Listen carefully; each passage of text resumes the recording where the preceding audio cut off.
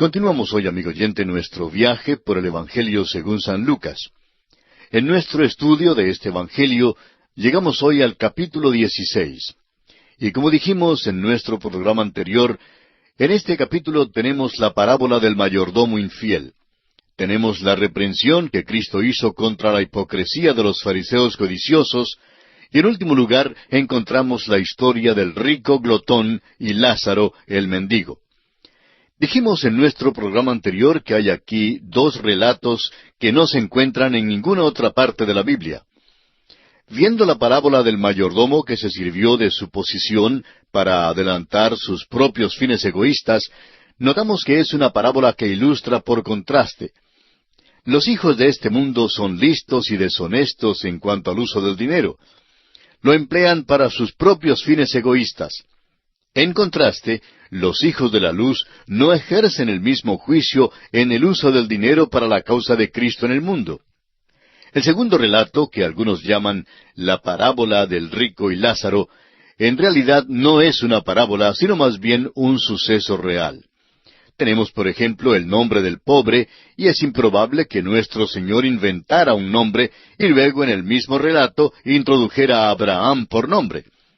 Quizá todas sus parábolas sean incidentes de la vida real. Nuestro Señor sigue a estos dos hombres desde esta vida a través de las puertas de la muerte y nos da entonces un vistazo desde el otro lado, después de la muerte. Comenzaremos pues nuestro estudio de este capítulo 16 de San Lucas, considerando la parábola del mayordomo infiel. Dijimos en nuestro programa anterior que esta parábola ha sido muy mal entendida, y quizás se deba a que a primera vista parece que nuestro Señor está alabando a un ladrón. Deseamos establecer entonces, de una vez por todas, que sin lugar a dudas, este mayordomo era un ladrón cabal. Se da por descontado muchas veces que cualquier persona que el Señor Jesús mencione en una de sus parábolas tiene que ser un héroe y un ejemplo de carácter más noble. Pero si esto es lo que usted ha estado pensando hasta ahora, amigo oyente, entonces prepárese para cambiar de opinión, porque si no lo hace, tendrá entonces dificultad con esta parábola. Este hombre, pues, que encontramos aquí es un bribón. Sería interesante hacer un estudio en cuanto a los pícaros de la revelación, los bribones de la Escritura, los ladrones de la teología, los hombres malos de la Biblia y los ladrones del cristianismo. Y de veras que hay muchos de ellos, amigo oyente. Bueno, este mayordomo, pues, es uno de ellos. Ya hemos destacado el hecho de que el doctor Lucas da parábolas de contraste. Él es el único escritor de los evangelios que hace esto. Muchas parábolas son parábolas de comparación. En realidad, la palabra parábola significa poner algo al lado de otra cosa para medirla. Y a veces esto se hace mediante el contraste, y esto es lo que sucede en esta parábola del mayordomo infiel. En esta parábola, el Señor usa como ejemplo a un hombre que siguió los principios del mundo. Se nos dice en la palabra de Dios que el mundo ama lo suyo, pero odia a los que pertenecen a Dios. El Señor Jesucristo dijo en Juan 15, 18 y 19, «Si el mundo os aborrece, sabed que a mí me ha aborrecido antes que a vosotros. Si fuerais del mundo, el mundo amaría lo suyo. Pero porque no sois del mundo, antes yo os elegí del mundo, por eso el mundo os aborrece». Un hijo de Dios no pertenece al mundo ni vive según los principios de este mundo. Escribiendo a los Gálatas, el apóstol Pablo dice en el capítulo 1, versículo 4 de esta carta, «El cual, hablando del Señor Jesucristo, se dio a sí mismo por nuestros pecados, para librarnos del presente siglo malo, conforme a la voluntad de nuestro Dios y Padre». Una vez más, en su carta a los Romanos, capítulo 12, versículo 2, Pablo dice, «No os conforméis a este siglo, sino transformaos por medio de la renovación de vuestro entendimiento, para que comprobéis cuál sea la buena voluntad de Dios, agradable y perfecta». Y luego el apóstol Juan, en su primera carta universal, capítulo 2, la primera parte del versículo 15, dice, «No améis al mundo, ni las cosas que están en el mundo». Pero hay ahora en el mundo lo que llamamos la ley de la vida, y este mayordomo era un hombre que operaba según esa ley. El primer mandamiento del mundo es, consérvate a ti mismo. Si una transacción de negocio es de dudosa moralidad, por lo general es tolerada. Las prácticas sospechosas son bastante aprobadas por el mundo hoy en día. Un ladrón que es listo es alabado por el mundo. Muchas veces la ley es interpretada a favor del ladrón y del criminal. Según las leyes del mundo, todo hombre es considerado inocente hasta cuando sea hallado culpable. Sin embargo, la palabra de Dios sostiene lo opuesto. Dios dice que un hombre es culpable hasta cuando sea hallado inocente. Dios dice en Romanos 3:23, por cuanto todos pecaron y están destituidos de la gloria de Dios.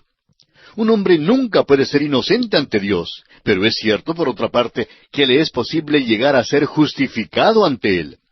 El apóstol Pablo en su carta a los Romanos capítulo 8, versículo 1 escribe, ahora pues, ninguna condenación hay para los que están en Cristo Jesús, los que no andan conforme a la carne, sino conforme al Espíritu. Cuando un hombre confía de veras en Jesucristo como su Salvador personal, entonces es justificado por la fe. Esa es la única manera en que un hombre puede ser justificado. Vamos ahora a leer el versículo 1 de este capítulo 16 del Evangelio según San Lucas. Dijo también a sus discípulos, había un hombre rico que tenía un mayordomo, y éste fue acusado ante él como disipador de sus bienes. Ahora esta es una historia de un rico y su mayordomo infiel. No se nos dice cómo es que este hombre llegó a hacerse rico. Lo que sabemos es que era rico. Un mayordomo es un hombre que está encargado de los bienes de otro, es decir, lo que conocemos como un administrador. Abraham, por ejemplo, tenía un mayordomo, como usted recordará, que estaba encargado de todos sus bienes. Era mayordomo de Abraham y salió para buscar una novia para Isaac, hijo de Abraham. También David tenía mayordomo. Se le menciona en el primer libro de Crónicas, capítulo 28, versículo 1, donde leemos, reunió David en Jerusalén a todos los principales de Israel, los jefes de las tribus, los jefes de las divisiones que servían al rey, los jefes de millares y de centenas, los administradores de toda la hacienda y posesión del rey y de sus hijos, y los oficiales y los más poderosos y valientes de sus hombres. El mayordomo de David y sus ayudantes se hacían cargo de todos los bienes del rey, incluyendo a sus hijos. El apóstol Pablo nos dice en su primera carta a los Corintios, capítulo 4, versículo 2, ahora bien, se requiere de los administradores, o sea, los mayordomos, que cada uno sea hallado fiel. El mayordomo en esta parábola correspondería al que usted llamaría presidente o gerente de una empresa. Estaba encargado de los bienes del hombre rico. Fue encontrado culpable de fechoría en su oficio y de malversación. Era como un caso en el cual el presidente de un banco se fuga con los fondos del banco. El mayordomo infiel, pues, botó los bienes de su amo. Leamos el versículo 2 de este capítulo 16 de San Lucas. Entonces le llamó y le dijo, ¿qué es esto que oigo acerca de ti? Da cuenta de tu mayordomía, porque ya no podrás más ser mayordomo. El mayordomo tenía que dar un informe anual y mantener las cuentas al día. El día de juicio había llegado para este hombre. Tenía que rendir cuentas. Ahora este mayordomo tenía puesto el anillo con el sello de su amo. Una de sus responsabilidades en su oficio era la de pagador. Y así pues, en lugar de hacer una declaración financiera, decidió hacer uso de la ley del mundo, consérvate a ti mismo. Y veamos lo que hace aquí en el versículo 3 de este capítulo 16 del Evangelio según San Lucas. Entonces el mayordomo dijo para sí, ¿qué haré? Porque mi amo me quita la mayordomía. Cavar no puedo. Mendigar me da vergüenza. Este hombre tenía las manos suaves y no estaba acostumbrado a trabajar afuera. Pensaba que no podía servir como obrero común y tenía demasiada vergüenza como para mendigar. Le hace sonreír a uno leer este versículo porque puede que el hombre tuviera demasiada vergüenza como para mendigar, pero note usted que no tenía vergüenza para robar. Y hay muchos hombres así como este hoy en día. Este hombre no se arrepintió de su pecado, no sintió pena ni compunción alguna por sus acciones. Este hombre era deshonesto consumado. El mundo lo consideraba como muy listo, pero no le era posible trabajar honestamente porque no tenía ninguna preparación para hacerlo. Su edad le afectaría en forma contraria si trataba de buscar trabajo, y era demasiado orgulloso como para mendigar. Tenía una chispa de orgullo, pero no tenía ni un poquito de vergüenza para robar. No le daba vergüenza ser deshonesto. Veamos entonces lo que hace aquí en los versículos 4 al 6, que dicen: «Ya sé lo que haré para que cuando se me quite de la mayordomía me reciban en sus casas». Y llamando a cada uno de los deudores de su amo, dijo al primero: «¿Cuánto debes a mi amo?» Él dijo: 100 barriles de aceite.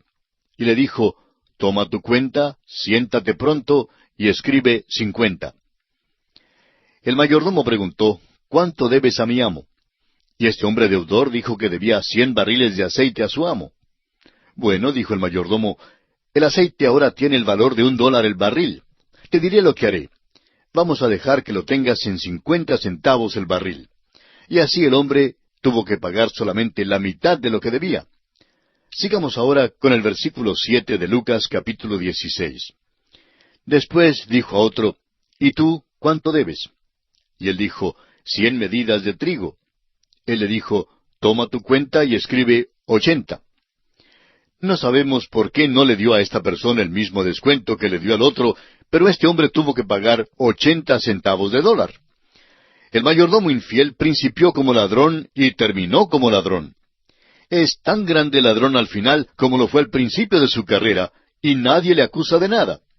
Ahora el versículo 8 dice: «Y alabó el amo al mayordomo malo por haber hecho sagazmente, porque los hijos de este siglo son más sagaces en el trato con sus semejantes que los hijos de luz». Esta es una declaración chocante, pero muchas veces es mal entendida. Al parecer, este rico se había enriquecido porque él mismo había puesto en práctica este principio que su mayordomo infiel utilizó. El mayordomo infiel era sabio según los principios de este mundo. Este es el mundo que odia a Cristo porque vive según sus propias reglas y no está interesado en seguir las reglas de Cristo. El amo mundano alabó al mayordomo mundano por su sabiduría mundanal, usada en sus negociaciones mundanales. Dios, amigo oyente, no mide a los hombres por su capacidad de adquirir dinero ni cuánto han acaparado. A Dios no le causa ninguna impresión que alguien diga: «Mire, allí va un millonario». Dios aprecia al hombre según su fe y su confianza en Jesucristo. El amo alabó al mayordomo infiel porque empleó un método sagaz según las normas del mundo. Ahora el Señor Jesús dijo: «Porque los hijos de este siglo son más sagaces en el trato con sus semejantes que los hijos de luz». El Señor Jesús solo quiso decir que según los principios del mundo eran más sagaces en su generación que los hijos de luz. Ahora el versículo 9 de Lucas 16 dice: «Y yo os digo, ganad amigos por medio de las riquezas injustas, para que cuando éstas falten, os reciban en las moradas eternas». Esta es la declaración más chocante y alarmante de todas. Esta tiene que ver con la relación del creyente con el dinero. El dinero no es malo en sí mismo, amigo oyente. Es el amor al dinero la raíz de todos los males. Nosotros como creyentes debemos, según este versículo, hacernos amigos por medio de las riquezas para que podamos ayudar a otros. Luego, cuando lleguemos al fin de la vida, seremos bienvenidos en el cielo porque hemos empleado nuestros bienes terrenales para ayudar a otros. Somos responsables, amigo oyente, de lo que hacemos con nuestro dinero para el Señor.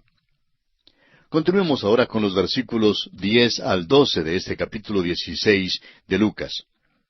«El que es fiel en lo muy poco, también en lo más es fiel. Y el que en lo muy poco es injusto, también en lo más es injusto. Pues si en las riquezas injustas no fuisteis fieles, ¿quién os confiará lo verdadero? Y si en lo ajeno no fuisteis fieles, ¿quién os dará lo que es vuestro?» Nosotros somos solo mayordomos de lo que es material, pues todo pertenece a Dios.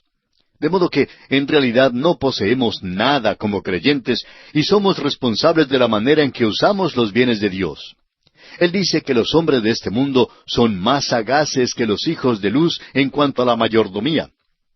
Si usted va a las puertas de la bolsa de valores, la bolsa de cambio, puede observar que hay muchos inversionistas que llegan por la mañana, se sientan, reflexionan sobre todos los factores de sus posibles inversiones, y su principio es no invertir en ninguna acción, a menos que, según ellos, suba de valor. Un hombre cristiano dijo una vez que había ganado todo su dinero en la bolsa de valores. Por eso dijo que no aceptaría ningún oficio en la iglesia. Ahora no sabemos cómo es que reconciliaba el hecho de que era miembro de una iglesia, pero el hecho es que era listo en ganar dinero. Muchos cristianos hoy en día, amigo oyente, son sagaces en el uso de las riquezas. Cuando el dinero es usado sabia y correctamente, es un instrumento que sirve para acumular muchas riquezas espirituales. Somos responsables ante Dios por la manera en que invertimos la riqueza material que Él nos da. Si usted ayuda a sostener una obra que honra y glorifica a Dios, usted tendrá su recompensa. ¿Cuán sabio es usted, amigo cristiano, en cuanto al uso del dinero? En la parábola del mayordomo infiel, el Señor Jesús está diciendo, ¿crees que Dios te encargará de riquezas celestiales si no vas a usar correctamente lo que Él te ha dado acá en la tierra? El dinero es un asunto espiritual. Veamos el versículo 13 de este capítulo 16 de Lucas. Ningún siervo puede servir a dos señores, porque o aborrecerá al uno y amará al otro, o estimará al uno y menospreciará al otro. No podéis servir a Dios y a las riquezas. ¿Qué hace usted, amigo oyente, con su dinero? ¿Está ganando dinero? Si está ganando dinero, ¿qué está haciendo usted con él? Esta es una pregunta pertinente. ¿Lo está usted usando para las cosas del mundo? Si es que lo está usando así, entonces usted está sirviendo al Dios de las riquezas, y Él es su amo. ¿A quién sirve usted, amigo oyente? ¿Sirve a Dios o al Dios de las riquezas? Recuerde que no puede servir a los dos a la vez. O aborrecerá al uno y amará al otro, o estimará al uno y menospreciará al otro. Y pasamos al segundo aspecto en este capítulo 16 del Evangelio según San Lucas. La respuesta de Jesús a los fariseos codiciosos, que en realidad constituye una severa reprensión. Los fariseos empiezan a sentir contrición. Leamos los versículos 14 al 17 de este capítulo 16 de San Lucas. Y espero que usted continúe con nosotros esta lectura, porque es importante que usted se familiarice con cada uno de los versículos que vamos mencionando. Así es que siga conmigo la lectura de los versículos 14 al 17. Y oían también todas estas cosas los fariseos, que eran avaros, y se burlaban de él. Entonces les dijo, Vosotros sois los que os justificáis a vosotros mismos delante de los hombres, mas Dios conoce vuestros corazones, porque lo que los hombres tienen por sublime, delante de Dios es abominación. La ley y los profetas eran hasta Juan. Desde entonces el reino de Dios es anunciado, y todos se esfuerzan por entrar en él. Pero más fácil es que pasen el cielo y la tierra, que se frustre una tilde de la ley. Dios conocía los corazones de los fariseos, y Dios conoce el corazón suyo y el corazón mío, amigo oyente. Podemos engañarnos los unos a los otros, pero no podemos engañar a Dios.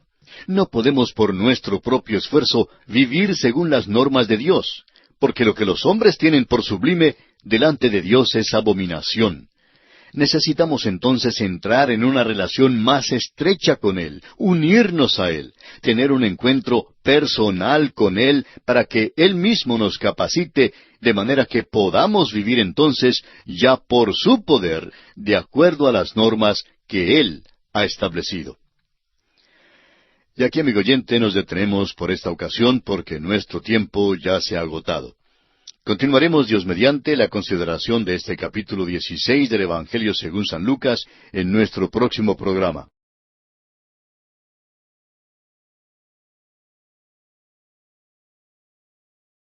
Continuamos hoy, amigo oyente, nuestro estudio del capítulo 16 del Evangelio según San Lucas.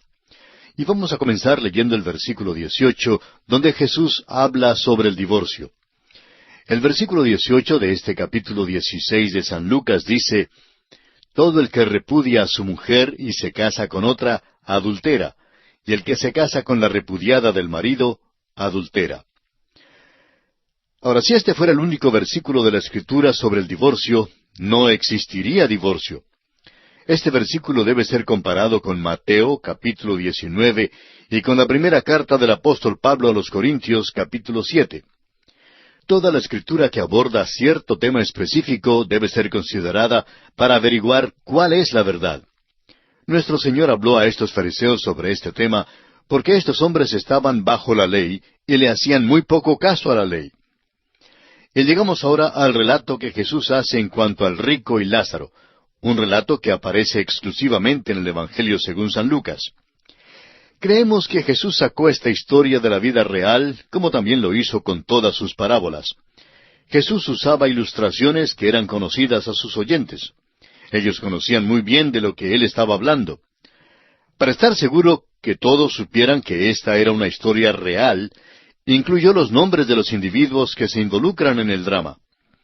El nombre del mendigo, por ejemplo, era Lázaro. El Señor no daría el nombre de alguien que no existía. Leamos entonces el versículo 19 de este capítulo 16 de Lucas. Había un hombre rico que se vestía de púrpura y de lino fino, y hacía cada día banquete con esplendidez.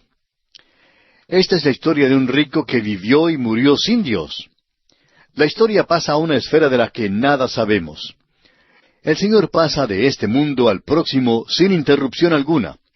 Aunque sabemos muy poco en cuanto a la cortina que hay entre esta vida y la próxima, en esta historia nuestro Señor atraviesa esta cortina sin ningún esfuerzo.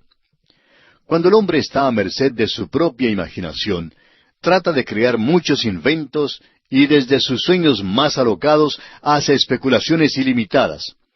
El hombre trata de hacer que se realicen sus planes más fantásticos, y cuando el hombre usa su imaginación, pronto se encuentra en apuros. En esta historia, pues, nos paramos ante la cortina de hierro de la muerte sin poder penetrarla. Lo importante es lo que dice la palabra de Dios. Han existido solamente 4 hombres que han hablado con autoridad en cuanto al otro lado de la muerte. Ellos son el Señor Jesús, Lázaro, Juan y Pablo. Leamos ahora los versículos 20 y 21. Continúa el Señor Jesús hablando y dice, «Había también un mendigo llamado Lázaro, que estaba echado a la puerta de aquel, lleno de llagas, y ansiaba saciarse de las migajas que caían de la mesa del rico, y aun los perros venían y le lamían las llagas». Aunque algunos llaman a esta historia una parábola, no perdamos de vista que es un suceso real. Aquí hay 2 hombres a los lados opuestos de la escalera social y financiera. Uno de ellos representa la parte más alta con sus riquezas, y el otro representa la parte más baja con su pobreza. En realidad, no había 2 hombres que pudieran estar más distanciados entre sí en cuanto a su rango social que estos 2. Este pobre, para poder sobrevivir, tenía que depender de las migajas que caían de la mesa del rico. Nunca le convidaron a sentarse en la mesa del rico. Tuvo que mantener una posición servil. Allí donde estaba botado, los perros venían y le lamían las llagas. Esto de veras es lo más profundo de la degradación y la desesperación más terrible. Y allí había caído este hombre, Lázaro. De seguro que si usted hubiera vivido en aquel pueblo, habría recibido la impresión de que el pobre Lázaro, vestido de trapos, no tenía mucho discernimiento espiritual ni riquezas. Estamos seguros que muchos le habrían considerado un caso desesperado. En cambio, estamos seguros que nombraron a muchos edificios en memoria del hombre rico, y más que seguro que tenía una reputación y un nombre maravilloso en su pueblo natal. Los ciudadanos del pueblo veían a un rico vestido de púrpura, quien vivía suntuosamente, y a un mendigo cuyas llagas eran lamidas por los perros. Esta es una descripción que establece un marcado contraste entre la pobreza más abyecta y las riquezas extremas. Continuemos con el versículo 22 de este capítulo 16 de Lucas. Aconteció que murió el mendigo y fue llevado por los ángeles al seno de Abraham. Y murió también el rico y fue sepultado. Nuestro Señor llega ahora a las mismas puertas de la muerte y las atraviesa como si nada de extraño hubiera acontecido.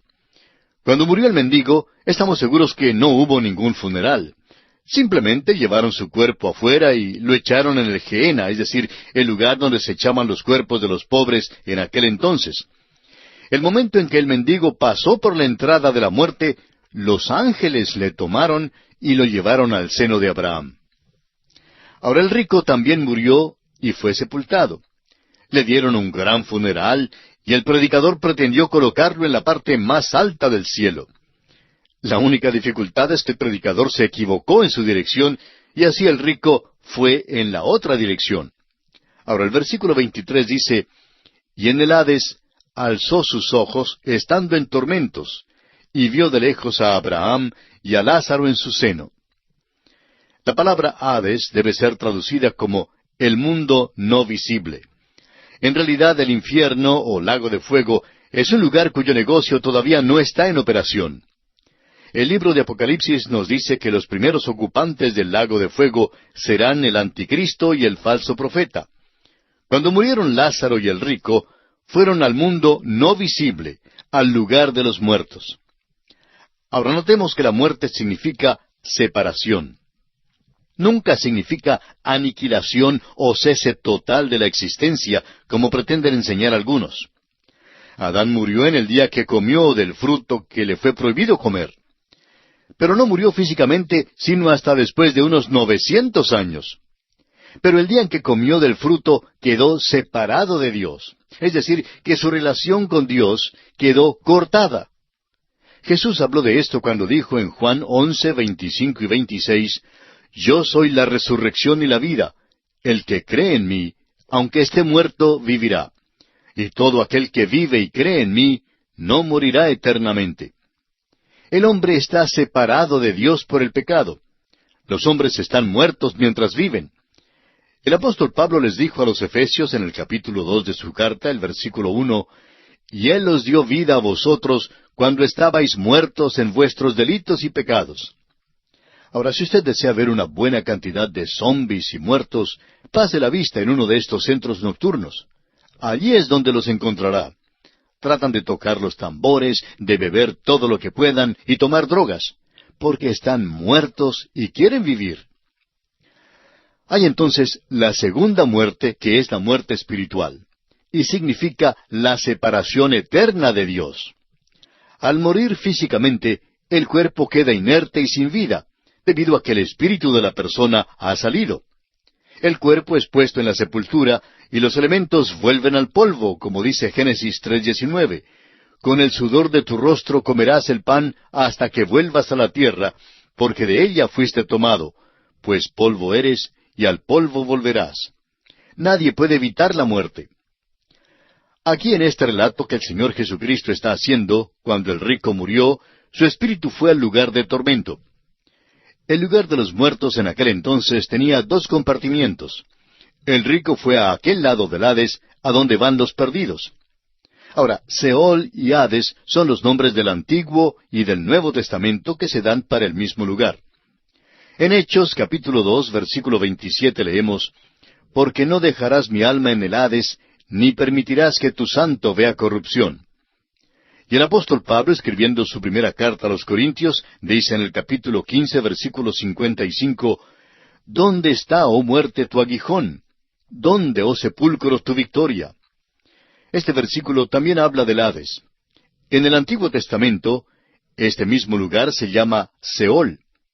Ahora los muertos justos iban al paraíso o seno de Abraham, en este lugar Seol o Hades, y los perdidos iban al lugar de tormento, en este lugar Seol o Hades.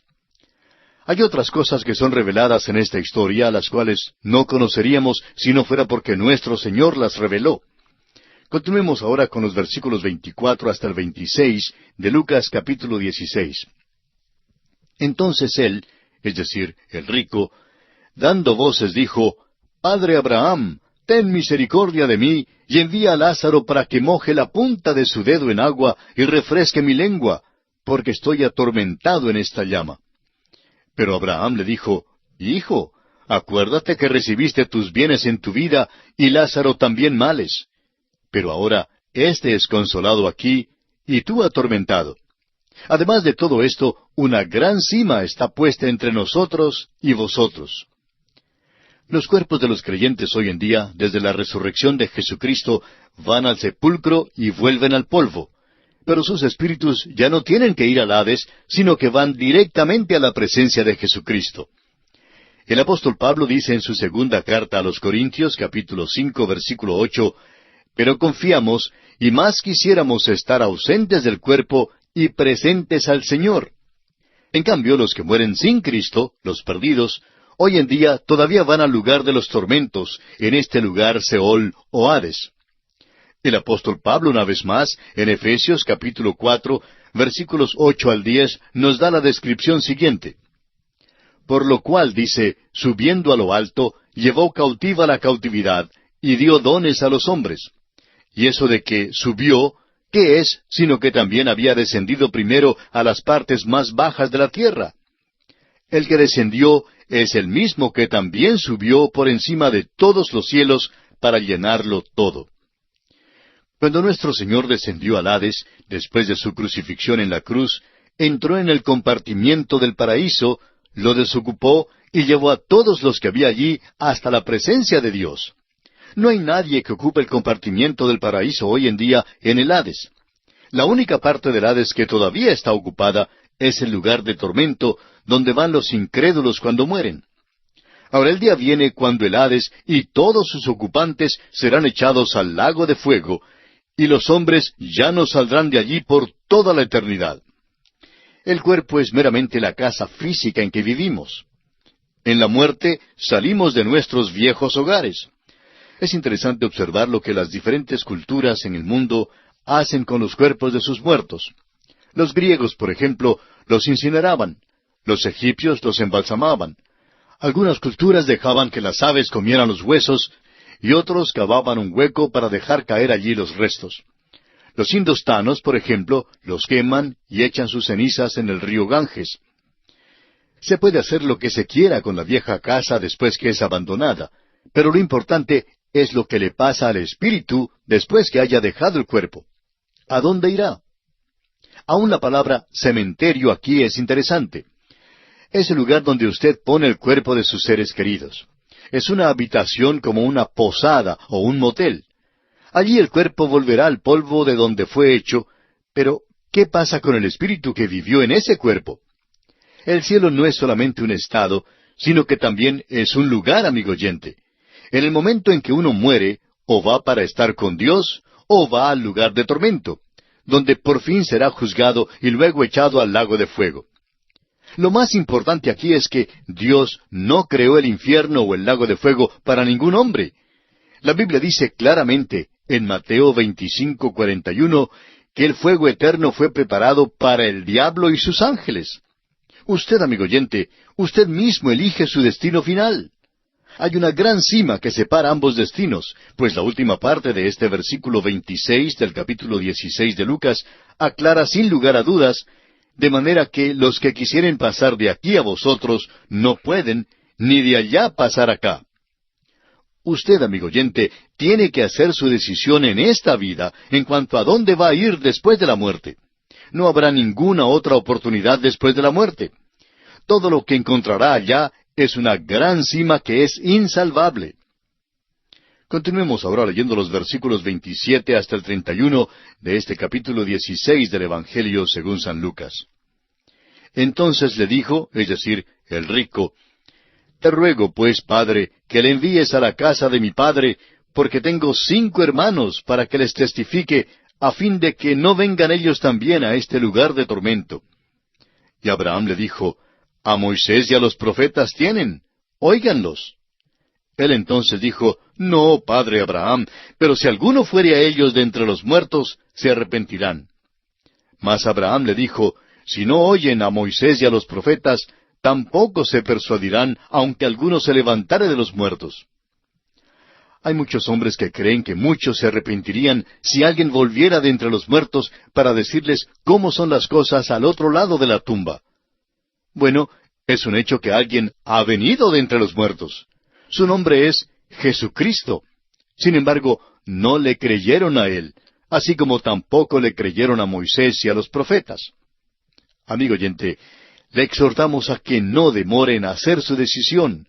Recuerde que después de la muerte no tendrá otra oportunidad de hacerla. Por eso le exhortamos a que confíe en Cristo Jesús en esta misma hora. Y así concluye nuestro estudio del capítulo 16 del Evangelio según San Lucas. Ahora, en el capítulo 17 consideraremos los siguientes aspectos. Cristo enseña a los hombres a cuidarse de no ofender o hacer tropezar a otro. también enseña a los hombres a perdonarse los unos a los otros. Les enseña asimismo el poder de la fe. Además, Cristo sana a 10 leprosos y habla en cuanto al reino de Dios y su segunda venida. Solo el doctor Lucas anota la breve parábola en cuanto al servicio consagrado que pertenece al Maestro, y también es el único que anota el incidente en el cual son sanados los 10 leprosos con la ingratitud concurrente de los 9. Hay algunas cosas en este capítulo que estudiaremos en forma apresurada, tratándolas solo a grandes rasgos.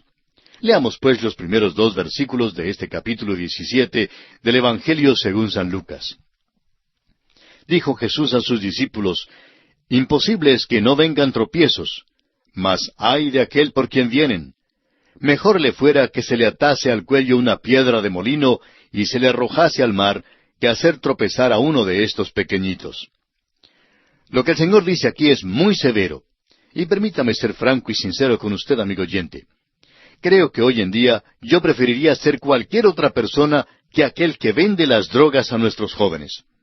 Creemos que el castigo para alguien que vende esas drogas será más grande que para cualquiera otro. Es serio que alguien haga tropezar a otro, especialmente a un pequeño. Hay una cosa que estimamos peor que tener que ir al infierno, y es ir al infierno y oír decir allí al hijo o a la hija: Papá, estoy aquí porque te seguí a ti. Eso es lo peor que le puede acontecer a una persona. Consideremos ahora la enseñanza de Jesús a sus discípulos en cuanto al servicio fiel. Una vez más, Jesús es severo. Hay quienes hablan mucho en cuanto al benigno y bondadoso Jesús. Si usted lee algunos de estos pasajes, se dará cuenta que Jesús no siempre era bondadoso y benigno. Era benigno con los niños, es verdad, pero no con los que les hacen tropezar. Leamos los versículos 7 hasta el 10 de este capítulo 17 de Lucas. ¿Quién de vosotros, teniendo un siervo que ara o apacienta ganado, al volver él del campo, luego le dice: Pasa, siéntate a la mesa? ¿No le dice más bien: Prepárame la cena, cíñete y sírveme hasta que haya comido y bebido, y después de esto come y bebe tú? ¿Acaso da gracias al siervo porque hizo lo que se le había mandado? Pienso que no. Así también vosotros, cuando hayáis hecho todo lo que os ha sido ordenado, decid: Siervos inútiles somos, pues lo que debíamos hacer, hicimos. Permítanos aquí, amigo oyente, hacer la siguiente aplicación de este pasaje. Hay quienes creen que debido a que tratan de seguir el sermón del monte, de ser buenos vecinos, y porque tratan de amar a los hombres, que algún día, piensan ellos, Dios pasará la mano sobre ellos y palmoteándoles les dirá: ¡Qué persona más amable! Ha ganado su entrada al cielo. Si usted, amigo oyente, guardara los 10 mandamientos y el sermón del monte, lo cual en realidad no puede hacer, simplemente haría lo que debe hacer. ¿Cree usted que recibirá salvación por eso? Debe guardar la ley de Dios porque usted es una de sus criaturas. Tenemos que reconocer que la salvación es un don, es un regalo. Guardar la ley de Dios es un deber. La salvación, amigo oyente, es un regalo que recibimos por la fe en Jesucristo. Y si es un regalo, entonces ya no podemos merecerlo. Por eso, aunque guardemos los 10 mandamientos y sigamos el sermón del monte, lo cual, repetimos, no podemos hacer, esto no nos traerá la salvación. Por eso le exhortamos, amigo oyente, a acudir en esta hora a la persona del Señor Jesucristo y a aceptarle como su Salvador personal. Que el mismo Dios le ayude a dar este paso trascendental que sellará su destino eterno.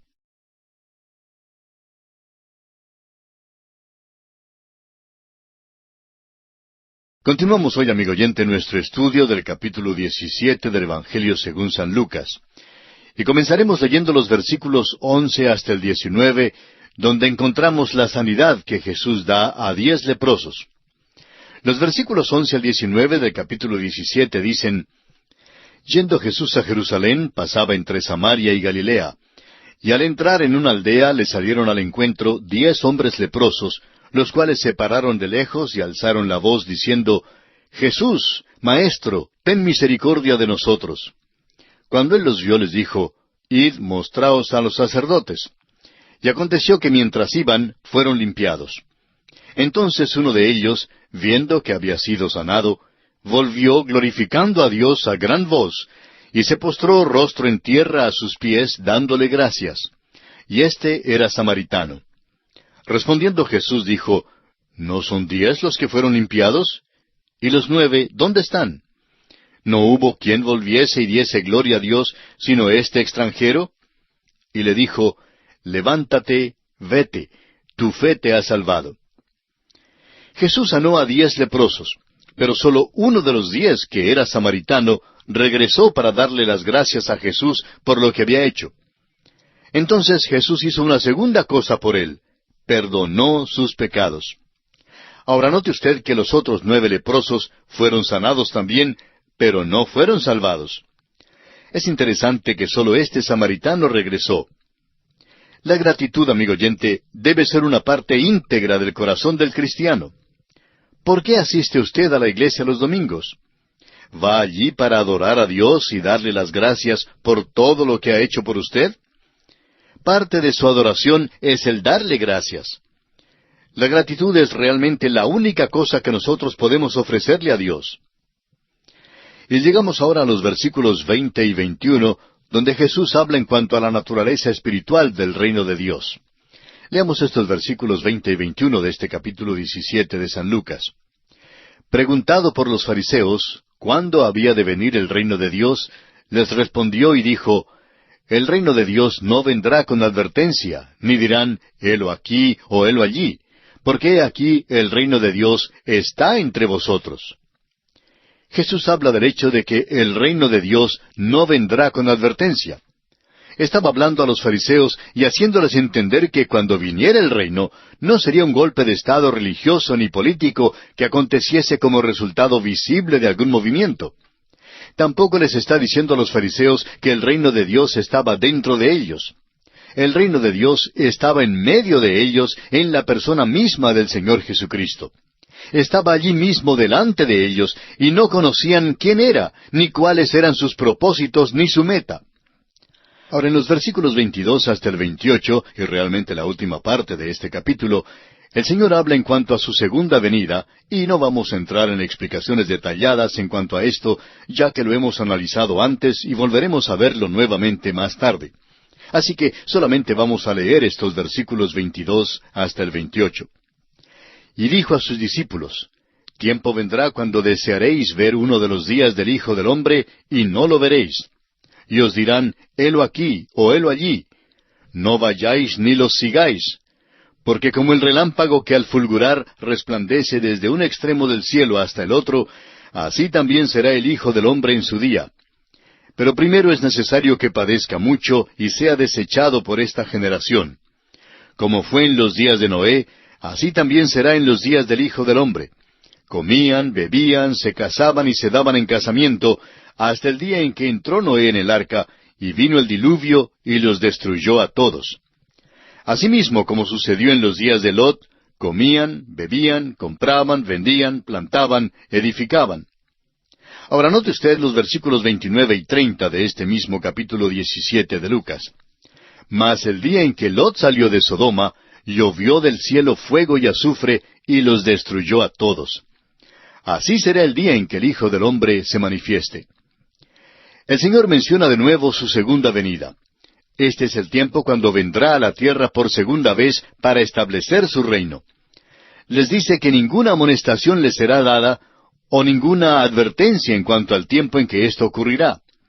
Trata de decirles que deben estar listos en todo momento porque puede venir en cualquier hora. Y así siguen los versículos siguientes. Y esto, por supuesto, todavía es cierto para el creyente. Amigo oyente, si el Señor regresara en este día, ¿estaría usted listo o le cogería desprevenido? Solo usted, amigo oyente, conoce la respuesta. Y así concluimos nuestro estudio del capítulo 17 del Evangelio según San Lucas. Y entramos ahora al capítulo 18. En este capítulo 18 consideraremos la viuda importuna, el fariseo y el publicano. Jesús bendice a los niños. Cristo habla en cuanto a dejarlo todo por amor a Él. Nuevamente, Cristo anuncia su muerte y le da la vista a un ciego. En la parábola del juez injusto, una vez más el Señor Jesucristo usa el contraste, esta vez para enseñar ciertos aspectos de la oración. Ahora, no es que Dios sea un juez injusto a quien hay que pedirle con vehemencia para que actúe.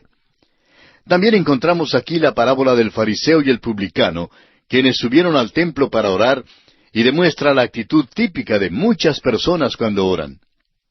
Este capítulo 18 de San Lucas es una de las porciones más maravillosas en la palabra de Dios, y quisiéramos aquí decir una palabra personal en cuanto al Señor. Y ponga mucha atención, amigo oyente, porque queremos que comprenda bien lo que vamos a decir.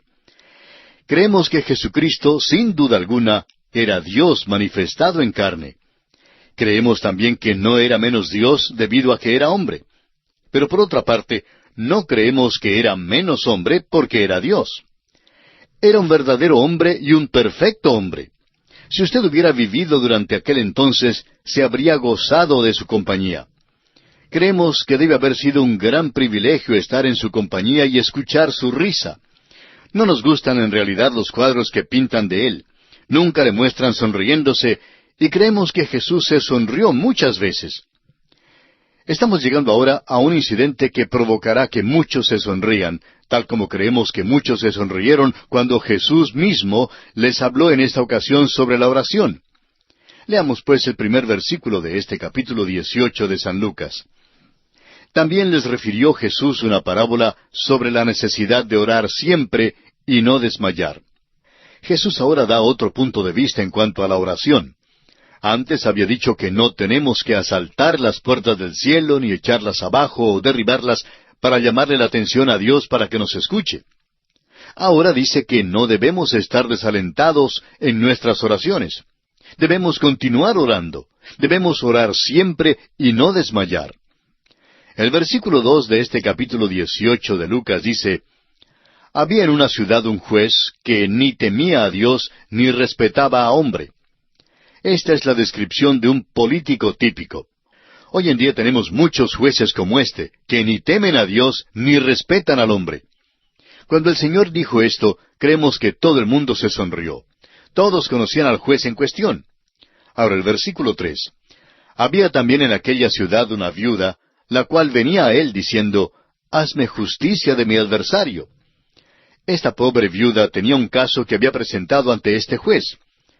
En los versículos 4 y 5 notaremos la reacción del juez ante la insistencia de la viuda.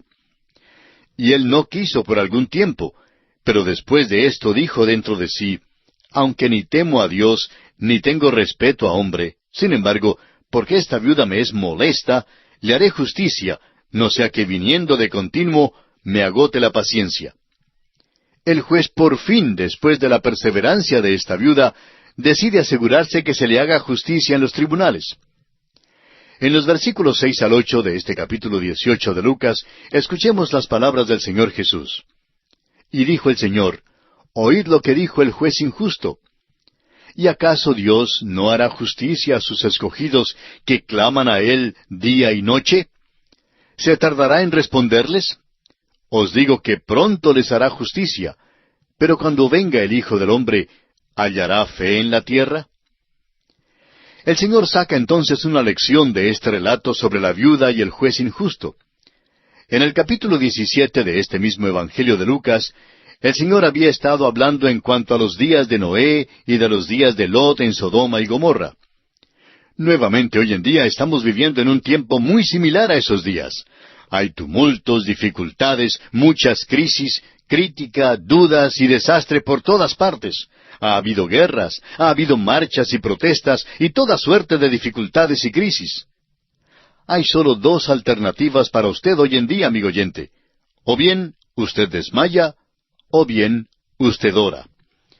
La oración es una actitud de la vida. Es la esencia misma de la vida. Es mucho más que la simple articulación de palabras. La oración es el anhelar lo mejor, el esforzarse por conseguir el encumbrado ideal, el anhelar la voluntad de Dios. La oración no es algo que se dice a la carrera ligeramente los domingos.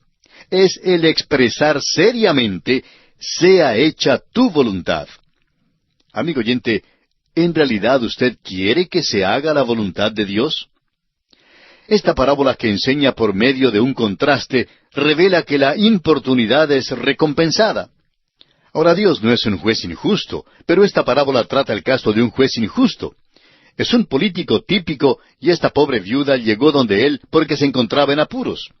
No puedo obtener justicia en los tribunales, le dijo. Le suplico, pues, que me ayude. El juez buscó en su registro y notó que ella no tenía ninguna influencia en la comunidad. Se dio cuenta que si la ayudaba, pues no concedería ni un solo voto en el tiempo de las elecciones. Por eso creemos que por mucho tiempo decidió ignorarla y creemos que hay muchos políticos que son así como este hoy en día. En realidad, cansan estos hombres que se presentan como candidatos para los cargos públicos. Siempre hablan del pueblo y del hombre ordinario y cómo anhelan ayudarle.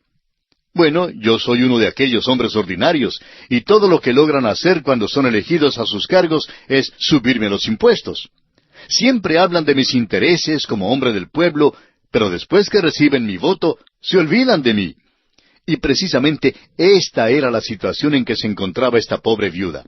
No era miembro muy importante de la comunidad y no le quisieron dar entrada para que hablara con el juez. Sin embargo, ella decidió que cueste lo que cueste, ella vería a este juez. Y así, la pobre viuda fue a la oficina del juez. Le preguntó a su secretaria si podía hablar con el juez. No puede verlo, fue la respuesta fría. El juez todavía no ha venido. La viuda entonces se sentó allí en la salita de espera. Puede que no venga el juez por mucho tiempo, anunció la secretaria. No importa, contesta la viuda. Voy a esperarlo de todas maneras. Pasaron 2 horas y por fin la puerta se abre y entra el juez. La viuda corre directamente a él y empieza a contarle su situación. Pero él simplemente continúa caminando y le dice, hable con la secretaria que ella le va a ayudar. Y abriendo la puerta de su oficina interior, desapareció. La secretaria dice entonces a la viuda, es mejor que se vaya. El juez está sumamente ocupado y no puede verla hoy. La viuda con paciencia contesta, voy a esperarlo. Y así esperó todo el día. La secretaria creía que esta mujer tendría hambre y que saldría para comer, pero la viuda se quedó. Por fin, el juez llamó a la secretaria y le preguntó, ¿todavía está allí esa viuda? Él también había decidido que probablemente saldría cuando tuviera hambre. Al llegar la hora del almuerzo, sin embargo, la viuda sacó su almuerzo y allí mismo comenzó a comer. Ahora el juez tenía una cita a la hora del almuerzo y por tanto, para evitar a la viuda y para poder llegar a tiempo a su cita, pues tuvo que salir por la puerta de atrás al callejón. Cada día la viuda regresaba y se sentaba allí en la sala de espera. Todas las tardes el juez tenía que salir por la puerta de atrás al callejón para poder almorzar.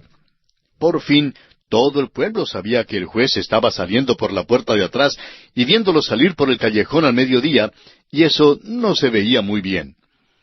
El pueblo empezó a creer que quizá este juez estaba tramando alguna travesura, y por tanto el juez por fin entonces decidió que tenía que ver a esa viuda. No tenía interés en ella realmente, ni en su caso, pero debido a su importunidad, decide entonces librarse de ella. Amigo oyente, Dios no es un juez injusto. No es necesario derribar la puerta del cielo para llamarle la atención a Dios. Sin embargo, no desmaye. Sea importuno en la oración. Dios está diciendo que lo que vale no es la longitud ni las muchas palabras en las oraciones, sino la importunidad en la oración. O dicho de otra manera, la perseverancia en la oración. Pablo usa una expresión maravillosa en su carta a los Romanos capítulo 15 y versículos 30 y 31, cuando dice, «Pero os ruego, hermanos, por nuestro Señor Jesucristo y por el amor del Espíritu, que me ayudéis orando por mí a Dios, para que sea librado de los rebeldes que están en Judea, y que la ofrenda de mi servicio a los santos en Jerusalén sea acepta». Este es el tipo de ayuda en la oración que todos necesitamos. Las palabras «que me ayudéis orando por mí» en este pasaje también se pueden traducir como «que luchéis juntamente conmigo». Significa el agonizar en la oración. Esto está hablando de la profundidad y no de la longitud de la oración. No son las palabras, sino el sentir de la oración que es importante. Esta es la manera en que Moisés oró y la manera en que Pablo oró, y debe ser también la manera en que nosotros oremos. La viuda, pues, era importuna. Y repetimos, Dios no es un juez injusto. Y le conviene a usted seguir llegándose a Dios, acercándose a Dios en la oración, porque si realmente está resuelto, de un modo u otro, va a mover la mano de Dios. Puede que Dios no haga exactamente como usted le pide, ni precisamente la manera en que usted quiere que Él conteste, pero Dios siempre escucha y contesta las oraciones. Por eso creemos que debemos hablar con Dios de una manera definida en cuanto a los asuntos que en realidad nos importan. Al mirar a nuestro alrededor, no desmayemos. Por favor, no desmayemos, más bien oremos. ¿Ha orado usted, por ejemplo, por el presidente de su país en este día? No importa quién sea, ore por él, porque él está haciendo decisiones que afectan el bienestar de todos los habitantes de su país y también influyen en el extranjero. Bueno, sigamos adelante en nuestro estudio de este capítulo 18 de San Lucas. Ahora vemos que aquí en los versículos 9 hasta el 14, el Señor da otra parábola, esta vez en cuanto a un fariseo y un publicano. Leamos entonces el versículo 9 y confío que usted todavía esté siguiendo conmigo la lectura aquí en el Evangelio según San Lucas, capítulo 18, porque, repetimos, es importante que usted siga con nosotros paso a paso, aún en la lectura de los versículos, para que se familiarice completamente con el tema que vamos tratando. Leamos pues el versículo 9. A unos que confiaban en sí mismos como justos y menospreciaban a los otros, dijo también esta parábola. Ahora usted nunca tendrá ningún éxito en su oración si ora de esta manera. Muchos llegan al Señor y le dicen, fulano sí que está andando mal. Señor, te pedimos que lo traigas de nuevo a tu senda. Tráela a la hermana fulana a tu redil una vez más. Pero, ¿qué de usted, amigo oyente? Ore por usted mismo. Es necesario orar por nosotros mismos para que no seamos tentados. El apóstol Pablo, escribiendo a los Gálatas, dice en el capítulo 6, versículo 1, Hermanos, si alguno fuere sorprendido en alguna falta, vosotros que sois espirituales, restauradle con espíritu de mansedumbre, considerándote a ti mismo, no sea que tú también seas tentado. Creemos que el Señor tomó esta parábola de la vida real. No conocemos al fariseo de esta historia, pero creemos que el publicano era Zaqueo, a quien conoceremos por nombre en nuestro estudio del capítulo 19 de este Evangelio. Continuemos ahora con los versículos 10 y 11 de este capítulo 18 de Lucas. Dos hombres subieron al templo a orar. Uno era fariseo y el otro publicano. El fariseo, puesto en pie, oraba consigo mismo de esta manera. Dios, te doy gracias porque no soy como los otros hombres, ladrones, injustos, adúlteros, ni aun como este publicano. Nos gusta la manera como el Señor Jesús se expresó y creemos que todo el mundo se sonrió de lo que Él dijo. Note usted que dice que el fariseo oraba consigo mismo. No entró en el templo para orar a Dios por nadie. Entró en el templo solo para hincharse y alabarse, diciendo en alta voz cuán buen tipo era. A nuestro parecer, él era más grande pecador que cualquiera otro de la lista. De veras, era un falso religioso que cumplía solo con los ejercicios religiosos externos. Sigamos adelante ahora con los versículos 12 y 13 del capítulo 18 de San Lucas. Ayuno 2 veces a la semana, doy diezmos de todo lo que gano. Mas el publicano, estando lejos, no quería ni aun alzar los ojos al cielo, sino que se golpeaba el pecho diciendo, Dios, sé propicio a mí pecador. El pobre publicano se mantenía a la distancia. Como publicano, no podía entrar en el propiciatorio del templo. Eso le era negado. No tenía parte allí.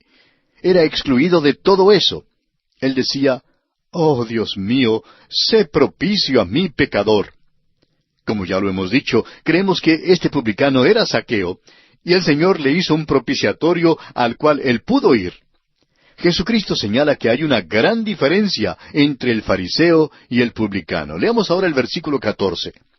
Os digo que éste, es decir, el publicano, descendió a su casa justificado antes que el otro, porque cualquiera que se enaltece será humillado, y el que se humilla será enaltecido.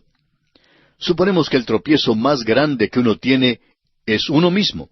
El yo es el obstáculo más grande para obtener la salvación. El hombre se cree lo suficientemente bueno como para ir al cielo y que no necesita ser salvo.